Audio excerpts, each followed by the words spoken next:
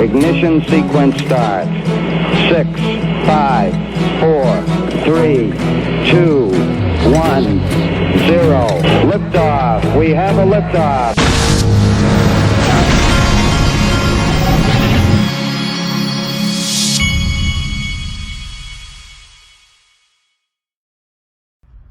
Hey everybody, this is the Digital Asset Investor, and I want to start off with this, okay? I was looking through, as I do, clips with Mark Andreessen and Andreessen Horowitz. We're all aware of the how they were one of the companies behind the Ethereum free pass and at the SEC and all that stuff. Now, just because they were behind some things we disagree with does not mean that everything that comes out of their mouths is stupid. These aren't dumb people. I've never accused them of being dumb people. That's not the issue. So I just happened to be listening to one of these from Mark Andreessen, and he said something that is so freaking true. It's important. My son the other day asked me about if I would show him how I invest, and so I'm going to be starting to explain to him some of these things. But the number one concept, this is the concept that 99% of people cannot get their mind around, and this is the tragedy of 99% of the investing population, in my opinion. The tragedy is that they do the exact opposite of what the smart people are doing. The exact opposite. They let the CNBCs of the world depress them about the markets, and they react by either sitting on their hands or selling, when exactly the opposite is the way you do this. The way I do it, the way my dad taught me to do it, is you buy when there's blood in the streets. You buy when everybody's telling you there's no reason to buy, because by the time everybody shows back up to the party, you've already made your money. And that's how these guys think. This is Mark Andreessen. Whether you love him or hate him, he's running one of the largest venture capital firms in the world, and he's right about this. What the classic investor does in the stock market is, of course, they buy high and sell low. Yeah. Right. So what the marginal investor does is they get excited when prices go up and they buy, and they get depressed when prices go down and they sell. Right. And this is a great way to lose money. Right. What you want to do, at least in theory, is the opposite. Right. It's like when everybody's euphoric. Right. That's when you want to sell. When everybody is like depressed, that's when you want to buy.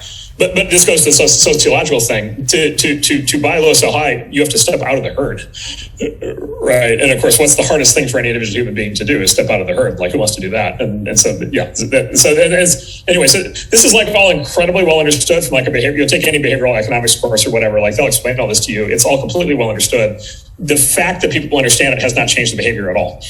Right. And folks, let me tell you what, because here's a life lesson for you. It's not just investing. Just about everybody you know, I mean, you've heard the phrase keeping up with the Joneses. Just about everybody you know spends their entire lives doing what their friends are doing, copying, wearing what they're wearing, getting in the club that they're in. Most people keep this mentality from the time that they're born until the time that they die. Very few people are willing to go their own way.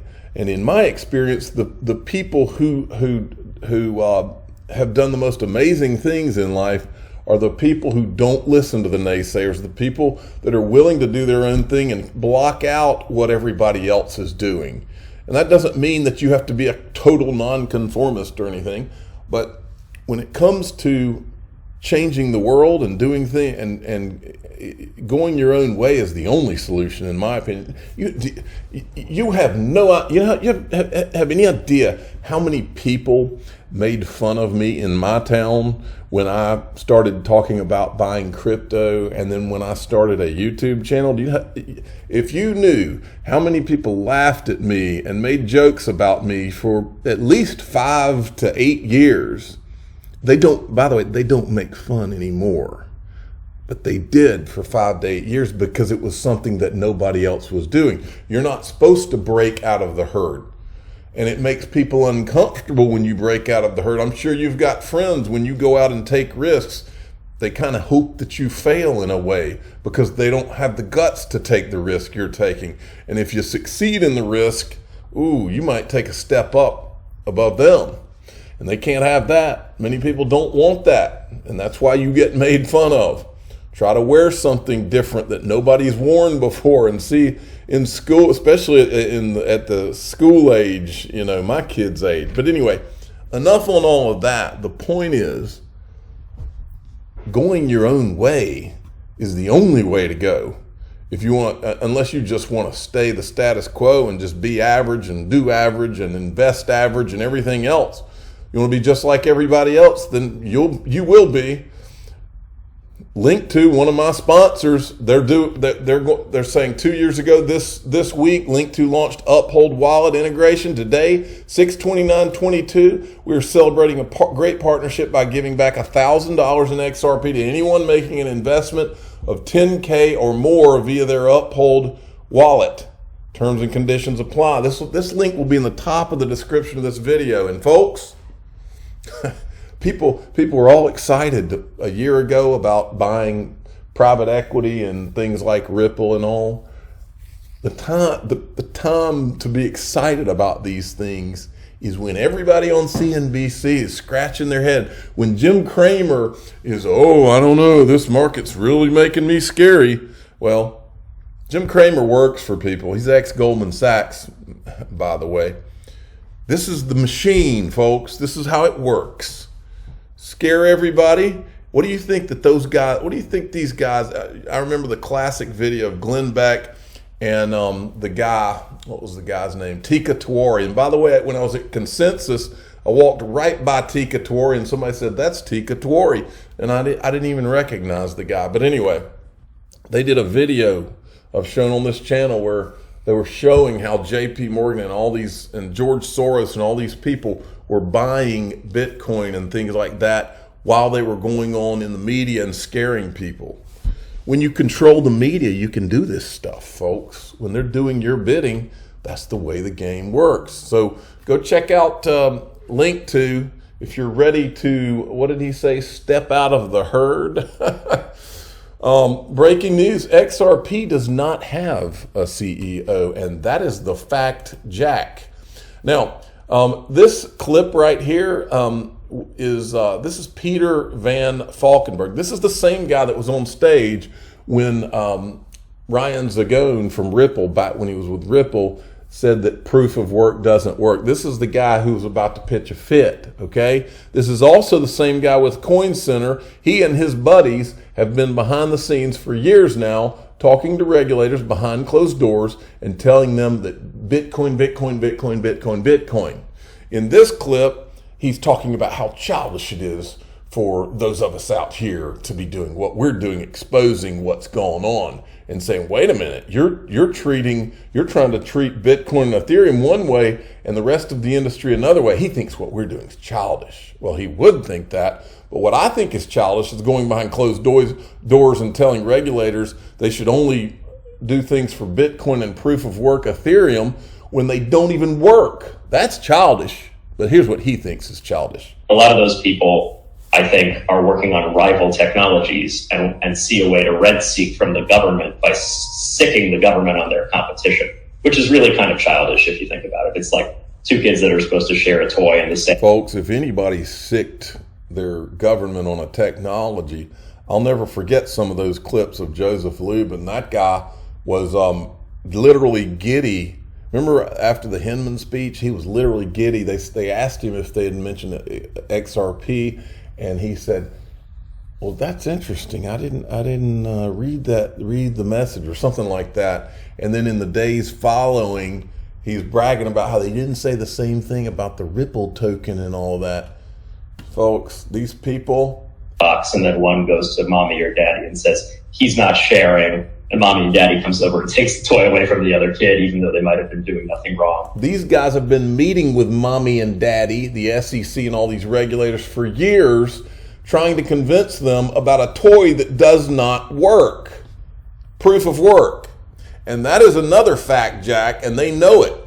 Roger Ver, recently some rumors have been spreading that I have defaulted on a debt to counterparty. Those rumors are false. Not only do I not have a debt to this counterparty, but this counterparty owes me a substantial sum of money, and I am currently seeking the return of my funds.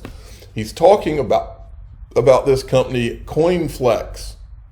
So I don't know where this will go, but we shall see. Jay Clayton has popped up at Rock Center. Remember, this is Stanford. This is the same place Jay Clayton was on when all this Ethereum free pass stuff began. Jay Clayton was on stage with Joseph Grunfest, the same guy here. He's on stage. I'll never forget it because Katie Hawn, who ends up at A16Z, asks him a question. Then it was the very next day that Jay Clayton went to Andreessen Horowitz and got Chris Dixon to head up what would become the venture capital group. And then their attorney, Lowell Ness, wrote the safe harbor memo that became the Ethereum free pass. And now Jay Clayton is back doing his rounds. He's with Grunfest. And remember, Grunfest is the same guy that wrote Jay Clayton a letter telling him not to sue Ripple because it would hurt XRP holders. And here's where else Jay Clayton is. Wheezy brought this to my attention. He is at the Goldman Sachs Summer Digital Asset Conference. Okay, this was on June 23rd. If we could find video of either one of those, it would be awesome. Then we got this, Global ID. We're transitioning to a non-custodial wallet. Stay tuned. This could be interesting. And then there's this, liquidation of crypto hedge fund Three Arrows Capital has been ordered in a court in the British Virgin Islands, according to Sky News.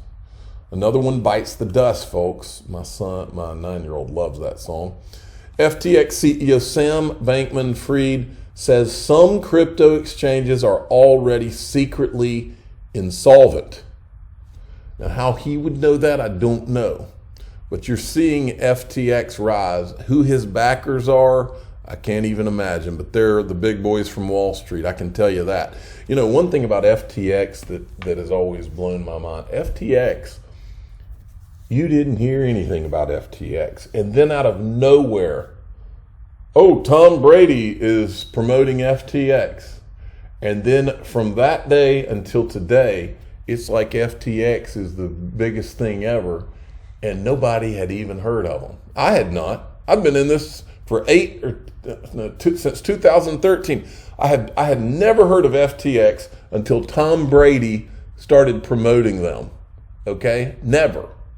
Now, I don't know if all of a sudden out of nowhere, I'm assuming that some major Wall Street backers got behind this company at some point and said, hey, while everybody's staring at Coinbase, we're going to make this company the big one. But I don't know. All right. There's a lot of rumors going on, folks.